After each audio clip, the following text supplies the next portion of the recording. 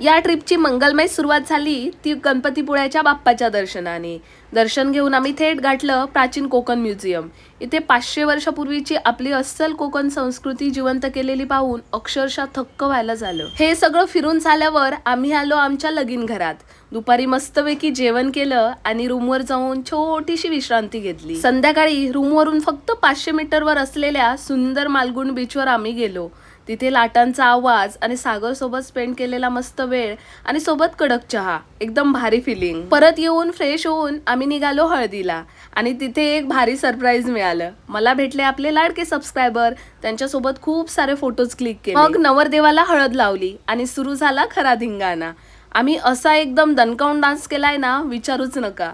व्हिडिओमध्ये तुम्ही सागरची मस्ती पाहू शकता. त्याने आणि त्याच्या मित्राने मिळून पूर्ण स्टेज दणकावून सोडला. मी पण खूप नाचले. नाचून नाचून खूपच भूक लागली होती, त्यामुळे हळदीचं झक्कास जेवण केलं आणि थेट रूमवर येऊन झोपी गेलो.